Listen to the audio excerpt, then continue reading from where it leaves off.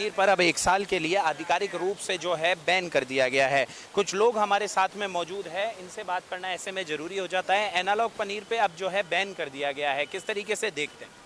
जी sir, आज जैसे news papers में हमने पढ़ा है तो एनालॉग पनीर जो है ये कृत्रिम रूप से बनाया गया पनीर है, वास्तविक पनीर नहीं है, जिसके कारण लोगों के स्वास्थ्य के साथ खिलवाड़ हो रहा है।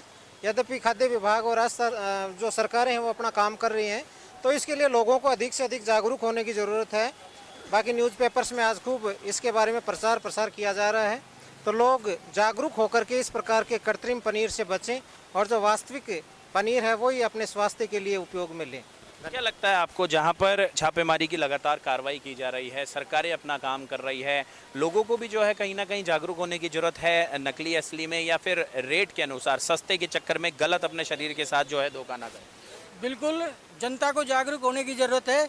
आजकल जितना प्रोडक्ट दूध का नहीं होता उससे ज़्यादा खपत है दूध की और पनीर की। एनालॉग जो पनीर है वो बिल्कुल ही स्वास्थ्य के लिए हानिकारक है। हमें पढ़े लिखे लोगों को, अपनी आम जनता को जागरूक करना चाहिए। एनालॉग जो पनीर है वो स्वास्थ्य के लिए हानिकारक, वो यूज नहीं करना चाहिए और सरकारों को ज़्यादा से ज़्यादा छापेमारी करनी चाहिए और ज़्यादा बढ़ाना चाहिए और इस पर पूर्ण रूप से प्रतिबंध लगाना चाहिए। हालांकि सरकार अपना काम कर रही है और इसी का आज नतीजा ये है कि 1 साल के लिए इसको बैन भी कर दिया गया है। आप किस तरीके से देखते हैं एनालॉग पनीर के इस्तेमाल? इसमें ये सभी सरकारों को मिलकर काम करना चाहिए। हमारे जो फांसी संस्था बनाई हुई है उसको भी व्यापक रूप से हर जगह छापेमारी करके, जैसे हर शहर में जाएंगे तो वहाँ होटलों में कृत्रिम पनीर ही यूज़ किया जा रहा है, तो सरकारों को इन पे प्रतिबंध लगाना चाहिए। लोगों को स्वास्थ्य से जो खिलवाड़ हो रहा है, लोगों को, अपने नागरिकों स्वास्थ्य का ध्यान में रखते हुए सरकार को ये पूर्ण रूप से प्रतिबंधित करना चाहिए।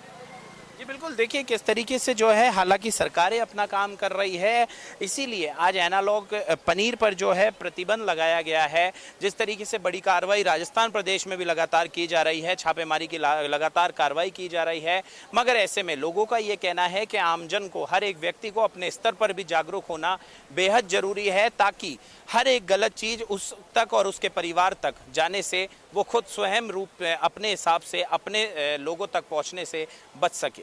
कैमरा पर्सन तनुज शर्मा के साथ मैं प्रशांत यादव, इंडिया न्यूज। तो लोग चिंतित हैं, परेशान हैं, इस दिशा में कार्रवाई होनी चाहिए, एक्टिव विभागों को रहना चाहिए, ये मांग भी हो रही है। लेकिन इंडिया न्यूज के कुछ सवाल थे जिसे लेकर हम आम जनता के बीच में पहुंचे, वो क्या कह रहे हैं वो आइए हम आपको बताते हैं। देखिए, सबसे पहला हमारा ये सवाल था कि बाजार से खाद्य सामग्री में मिलावट को देखते हुए सामान खरीदते वक्त आपको सबसे पहले क्या देखना चाहिए, ये हमारा सवाल था, जिस पर लोगों ने क्या कहा है वो हम आपको बता देते हैं।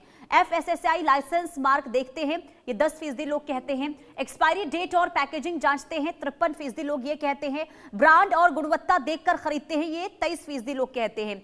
किसी भी दुकान से बिना जांचे खरीद लेते हैं, 14% ऐसे भी लोग हैं। लेकिन देखिए, ये जरूरी है कि एक्सपायरी डेट या फिर उस प्रोडक्ट की आखिर कितनी गुणवत्ता है ये जांचना जरूरी है, लेकिन FSSAI भी उस पैकेट पे लिखा होना चाहिए, ये भी आप जरूर देखें। दूसरा सवाल, अगर खाने की बात पता चले कि खाद्य पदार्थ मिलावटी है या नकली था तो आप इस पर क्या करेंगे, ये सवाल था हमारा दूसरा, जिस पर लोगों ने क्या कहा वो जरा सुन लीजिए। तुरंत उसका इस्तेमाल बंद कर देंगे, ये 30% लोग कह रहे हैं। खाद्य विभाग या FSSAI में शिकायत दर्ज कराएंगे, 28% लोग ये कह रहे हैं।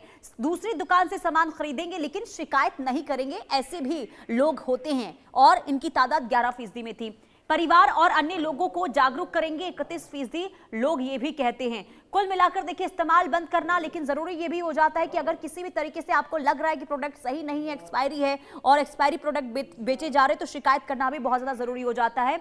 तीसरा सवाल, खाद्य पदार्थों में मिलावट के लिए सबसे ज्यादा जिम्मेदार आखिर कौन है, आखिर लोग इसे लेकर क्या समझ रहे हैं वो भी आइए हमने ये सवाल उनसे पूछा, तो लोग कहते हैं कि सरकार और सिस्टम पूरी तरीके से इसमें जिम्मेदार है, ये 28% लोग कह रहे हैं। सरकार के साथ उपभोक्ताओं की भी जिम्मेदारी है कि वो खरीदने से पहले जांच करे, 10% लोग ऐसे भी हैं। सरकार, FSSAI, विक्रेता, आम नागरिक सभी की इसमें साझा जिम्मेदारी है, 18% लोग ये कह रहे हैं, जबकि मिलावट करने वाले